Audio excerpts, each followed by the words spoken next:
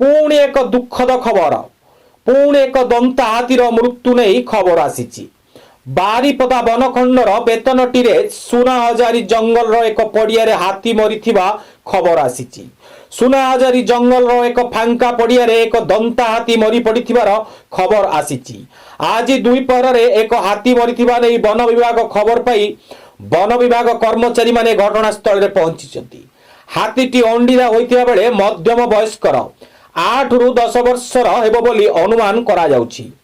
पारिपार्श्विक परिस्थिति को देखिले हाथी मध्य लड़ई होइतिबा एवं उत्क लड़ई रे मरी हाथीर मृत्यु होइतिबा बोली अनुमान करा जाउछि। गत किछि दिन हेलानी बेतनटी रेंज रे विभिन्न स्थान रे 60 रु ऊर्ध्व हाथी छोट छोट गोठ होई रहउछंती। सुनाहजारी जंगल रे मध्य किछि हाथी रहउथिले बारिपदा डीएफओ कहिसंती। बारिपदा डीएफओ कहिसंती कि एक टीम घटनास्थल रे पहुंची तदंत परे जना पड़िबो हाथी मृत्युर सठिक कारण।